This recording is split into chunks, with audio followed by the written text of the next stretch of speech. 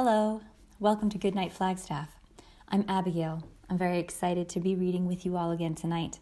Thank you for tuning in to our community story time.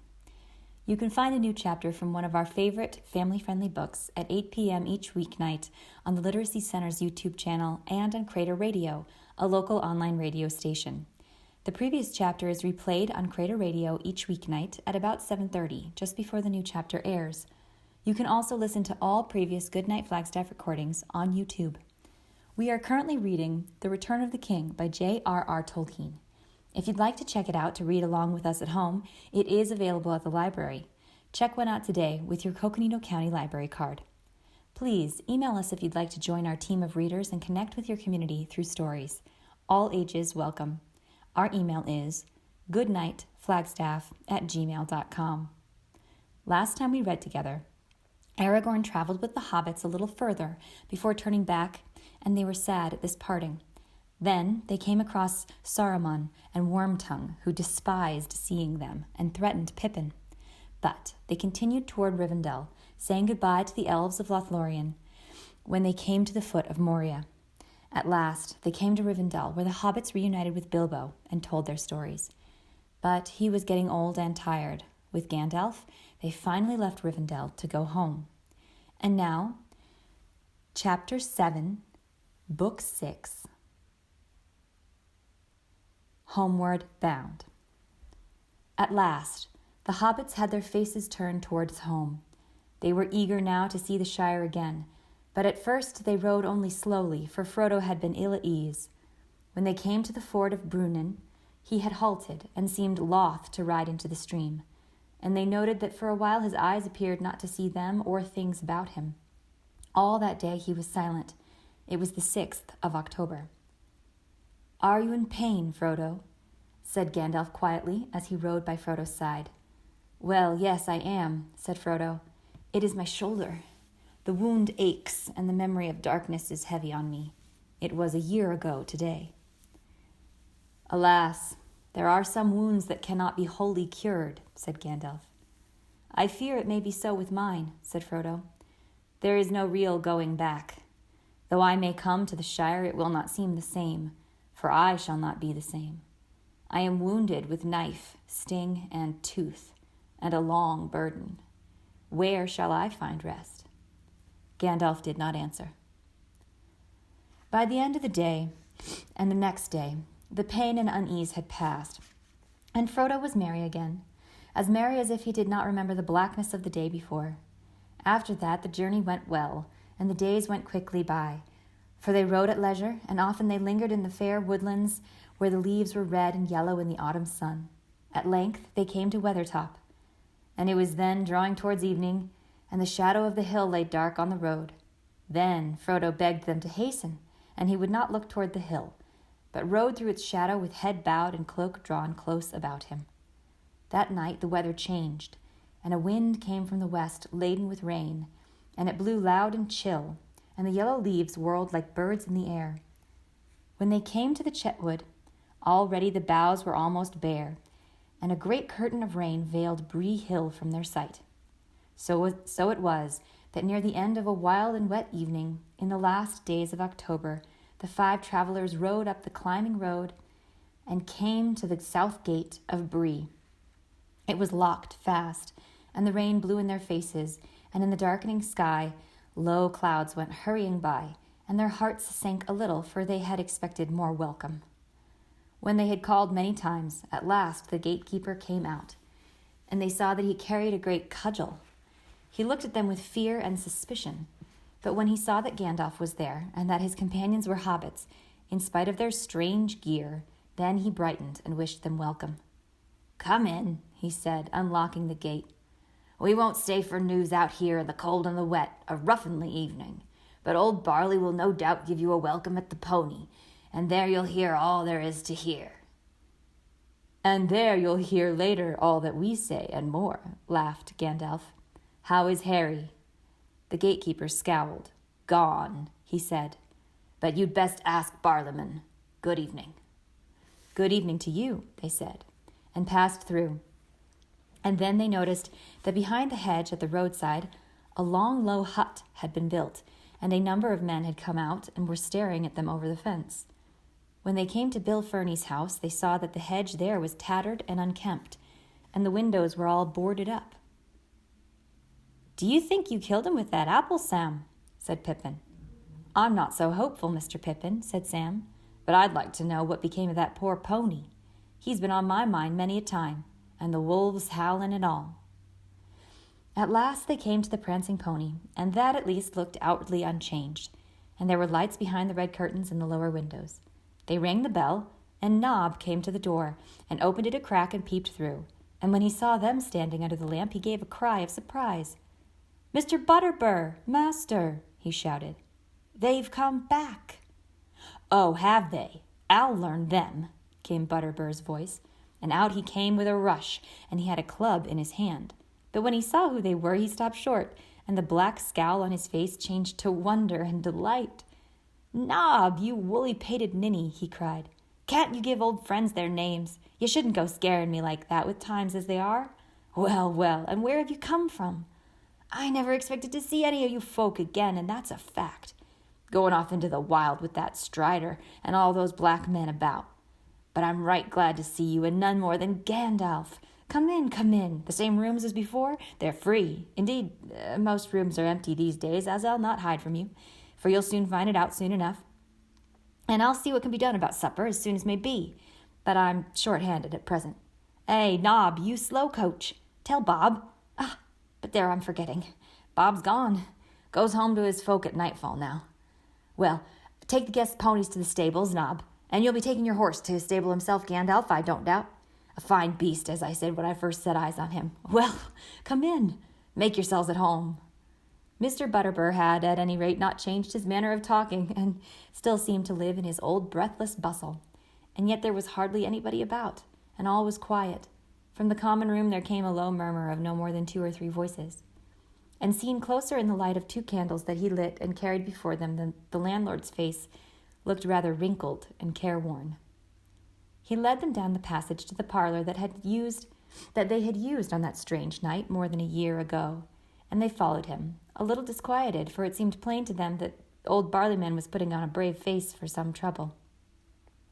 Things were not what they had been, but they said nothing and waited. As they expected, Mr. Butterbur came to the parlor after supper to see if all had been to their liking, and indeed it had. No change for the worse had yet come upon the beer or the victuals, at the pony at any rate.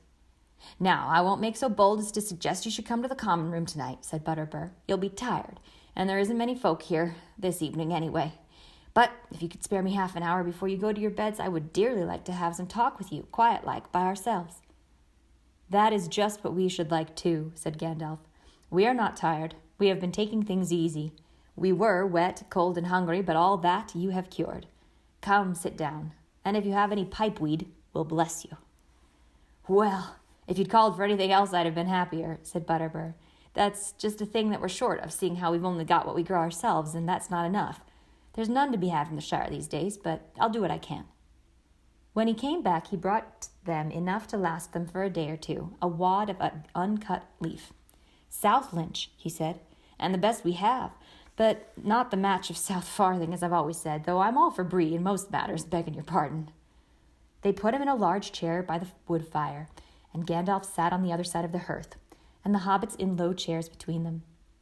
And then they talked for many times half an hour, and exchanged all such news that Mr. Butterbur wished to hear or give. Most of the things which they had to tell were a mere wonder and bewilderment to their host, and far beyond his vision, and they brought forth few comments other than, "You don't say," often repeated in defiance of the evidence of Mr. Butterbur's own ears.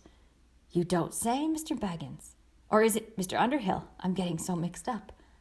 You don't say, Master Gandalf? Well, I never. Who'd have thought it in our times?" But he did say much on his own account. Things were far from well, he would say. Business was not even fair. It was downright bad. "No one comes nigh Bree now from outside," he said.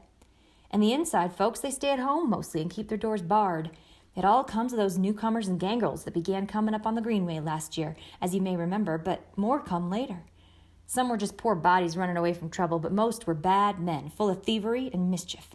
And there was trouble right here in Bree. Bad trouble. Why, we had a real set, too, And there were some folk killed dead, if you'll believe me." "I will indeed," said Gandalf. "How many?" 3 and 2, said Butterbur, referring to the big folk and the little. "There was poor Matt Heathertoes and Raleigh Appledore and little Tom Pickthorn from over the hill, and Willie Banks from up away, and one of the Underhills from Staddle, all good fellows, and they're missed. And Harry Goatleaf that used to be on the West Gate, and that Bill Fernie, they came in on the stranger's side, and they've gone off with them, and it's my belief they let them in, on the night of the fight, I mean. And that was after we showed them the gates and pushed them out. Before the year's end, that was. And the fight was early in the new year, after the heavy snow we had. And now they've gone for robbers, and live outside, hiding in the woods beyond Archet, and out in the wilds north away. It's like a bit of the bad old times tales I tell of, I say. It isn't safe on the road, and nobody goes far, and folk lock up early. We have to keep watchers around the fence and put a lot of men on the gates at nights." "Well, no one troubled us," said Pippin, and we came along slowly and kept no watch. We thought we'd left all trouble behind us." "Ah, that you haven't, master, more's the pity," said Butterbur. "But it's no wonder they left you alone. They wouldn't go for armed folk with swords and helmets and shields and all. Make 'em think twice, that would. And then, I must say, it put me back a bit when I saw you." Then the hobbits suddenly realized that people had looked at them with amazement, not out of surprise at their return, so much as in wonder at their gear. They had themselves become so used to warfare and to riding in well-arrayed companies that they had quite forgotten that the bright mail peeping out from under their cloaks, and the helms of Gondor and the Mark, and the fair devices on their shields would seem outlandish in their own country. And Gandalf, too, was now riding on his tall grey horse, all clad in white, with a great mantle of blue and silver over all, and the long sword of Glamdring at his side. Gandalf laughed. "Well, well," he said. "If they are afraid of just 5 of us, then we have met worse enemies on our travels. But at any rate, they will give you peace at night while we stay." "How long will that be?" said Butterbur. "I'll not deny we should be glad to have you about for a bit. You see, we're not used to such troubles, and the rangers have all gone away, folk tell me. I don't think we've been rightly understood till now what they did for us. For there's been worse than robbers about. Wolves were howling round the fences last winter, and there's dark shapes in the woods, dreadful things that it makes the blood run cold to think of. It's been very disturbing, if you understand me." "I expect it has," said Gandalf. "Nearly all lands have been disturbed these days, very disturbed. But cheer up, Barleyman. You have been on the edge of very great troubles, and I am only glad to hear that you have not been deeper in. Better times are coming, maybe better than any of you remember. The Rangers have returned. We came back with them, and there is a king again, Barleyman. He will soon be turning his mind this way. Then the Greenway will be opened again, and his messengers will come north, and there will be comings and goings, and the evil things will be driven out of wastelands. Indeed, the waste in time will be waste no longer, and there will be people and fields where once there was wilderness." Mr. Butterbur shook his head. "If there's a few decent, respectable folk on the roads, that won't do no harm," he said. "But we don't want no more rabble and ruffians, and we don't want no outsiders at Bree, nor near Bree at all. We want to be let alone. I don't want a whole crowd of strangers camping here and settling there and tearing up the wild country." "You will be let alone, Barleyman," said Gandalf. "There is room enough for realms between Isen and Greyflood, or along the shorelands south of the Brandywine, without anyone living within many days' ride of Bree. And many folk used to dwell away north, 100 miles or more from here, at the far end of the Greenway, on the North Downs or by Lake Evendim." "Up away by Deadman's Dyke?" said Butterbur, looking even more dubious. "That's haunted land, they say. None but a robber would go there." "The Rangers go there," said Gandalf. "Deadman's Dyke, you say? So it has been called for long years, but its right name, Barleyman, is Fornost Irain, Norbury of the Kings, and the king will come there again one day, and then you'll have some fair folk riding through." "Well, that sounds more hopeful, I'll allow," said Butterbur, "and it will be good for business, no doubt, so long as he lets Bree alone." "He will," said Gandalf. "He knows it and loves it." "Does he now?" said Butterbur, looking puzzled. "Though I'm sure I don't know why he should, sitting in his big chair, up in his great castle hundreds of miles away, and drinking wine out of a golden cup, I shouldn't wonder. What's the pony to him are mugs of beer? Not but what my beer's good, Gandalf. It's been uncommon good since you came in the autumn of last year and put a good word on it. And that's been a comfort in trouble, I will say. Ah, said Sam, but he says your beer is always good. He says? Of course he does. He's Strider, the chief of the Rangers. Haven't you got that in your head yet? It went in at last, and Butterbur's face was a study in wonder. The eyes in his broad face grew round and his mouth opened wide, and he gasped. Strider, he exclaimed when he got back his breath. Him? With a crown and all and a golden cup. Well, what are we coming to? Better times for Bree, at any rate, said Gandalf. I hope so, I'm sure, said Butterbur. Well, this has been the nicest chat I've had in a month of Mondays, and I'll not deny that I'll sleep easier tonight and with a lighter heart. You've given me a powerful lot to think over, but I'll put that off until tomorrow. I'm for bed, and I've no doubt you'll be glad of your beds, too. Hey, Nob, he called, going to the door. Nob, you slow coach. Nob, he said to himself, slapping his forehead. Now, what does that remind me of? Not another letter you've forgotten, I hope, Mr. Butterbur, said Mary. Now, Mr. Brandybuck, don't go reminding me of that. But there, you've broken my thought. Now, where was I? Nob, stables. Ah, that was it. I've something that belongs to you. If you recollect Bill Ferny and the horse thieving, his pony as you bought, well, it's here. Come back all of itself, it did. But where it had been to, you know better than me. It was as shaggy as an old dog and as lean as a clothes rail, but it was alive. Nobbs looked after it. What? My Bill? Cried Sam. Well, I was born lucky, whatever my gaffer may say. There's another wish come true. Where is he? Sam would not go to bed until he had visited Bill in this stable. The travelers stayed in Bree all the next day, and Mr. Butterbur could not complain of his business next evening at any rate. Curiosity overcame all fears, and his house was crowded. For a while, out of politeness, the hobbits visited the common room in the evening and answered a good many questions. Bree memories being retentive, Frodo was asked many times if he had written his book. Not yet, he answered.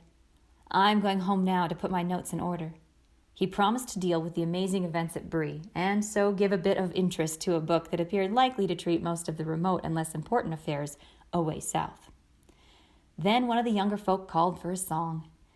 But at that a hush fell, and he was frowned upon, and the call was not repeated. Evidently, there was no wish for any uncanny events in the common room again. No trouble by day nor any sound by night disturbed the peace of Bree while the travelers remained there, but the next morning they got up early, for as the weather was still rainy, they wished to reach the Shire before night, and it was a long ride. The Bree folk were all out to see them off, and were in a merrier mood than they had been for a year, and those who had not seen the strangers in all their gear before gaped with wonder at them, at Gandalf with his white beard, and the light that seemed to gleam from him as if his blue mantle was only a cloud over sunshine, and at the four hobbits like riders upon errantry out of almost forgotten tales. Even those who had laughed at all the talk about the king began to think there might be some truth in it. Well, good luck on your road and good luck to your homecoming, said Mr. Butterbur. I should have warned you before that all's not well in the Shire neither, if what we hear is true. Funny goings-on, they say. But one thing drives out another, and I was full of my own troubles. But if I may be so bold, you've come back changed from your travels, and you look now like folk as can deal with troubles out of hand. I don't doubt you'll soon set all to rights. Good luck to you, and the oftener you come back, the better I'll be pleased. They wished him farewell and rode away, and passed through the west gate and on toward the Shire. Bill the pony was with them, and as before he had a good deal of baggage, but he trotted alongside Sam and seemed well content. I wonder what old Barleyman was hinting at, said Frodo. I can guess some of it, said Sam gloomily. What I saw in the mirror, trees cut down and all, and my old gaffer turned out of the row. I ought to have hurried back quicker. And something's wrong with the South Farthing, evidently, said Merry. There's a general shortage of pipeweed. Whatever it is, said Pippin, Lotho will be at the bottom of it. You can be sure of it. Deep in, but not at the bottom, said Gandalf. You have forgotten Saruman. He began to take an interest in the Shire before Mordor did. Well, we've got you with us, said Merry, so things will soon be cleared up. I am with you at present, said Gandalf, but soon I shall not be. I am not coming to the Shire. You must settle its affairs yourselves. That is what you have been trained for. Do you not yet understand? My time is over. It is no longer my task to set things to rights, nor to help folk do so. And as for you, my dear friends, you will need no help. You are grown up now, grown indeed very high. Among the great you are. And I have no longer any fear at all for any of you. But if you would know, I am turning aside soon. I am going to have a long talk with Bombadil, such talk as I have not had in all my time. He is a moss gatherer, and I have been a stone doomed to rolling. But my rolling days are ending, and now we shall have much to say to one another. In a little while they came to the point on the east road where they had taken leave of Bombadil, and they hoped and half expected to see him standing there to greet them as they went by. But there was no sign of him, and there was a grey mist on the Barrows Downs southwards, and a deep veil over the old forest far away. They halted, and Frodo looked south wistfully. I should dearly like to see the old fellow again, he said. I wonder how he is getting on. As well as ever, you may be sure, said Gandalf. Quite untroubled, and I should guess not much interested in anything that we have done or seen, unless perhaps in our visits to the Ents. There may be a time later for you to go and see him. But if I were you, I should press on now for home, or you will not come to the Brandywine Bridge before the gates are locked. But there aren't any gates, said Merry. Not on the road, you know that quite well. There's the Buckland Gate, of course, but they'll let me through that at any time. There weren't any gates, you mean, said Gandalf. I think you will find some now. And you might have more trouble even at the Buckland Gate than you think. But you'll manage all right. Goodbye, dear friends. Not for the last time, not yet. Goodbye. He turned Shadowfax off the road, and the great horse leaped the green dike that here ran beside it, and then at a cry from Gandalf he was gone, racing toward the Barrow Downs like a wind from the north. Well, here we are. Just the four of us that started out together, said Merry. We have left all the rest behind, one after another. It seems almost like a dream that has slowly faded. Not to me, said Frodo. To me, it feels more like falling asleep again. Well, thank you so much for tuning in. I hope you'll join us next time for the first part of Chapter 8, Book 6 of The Return of the King. Good night, Flagstaff.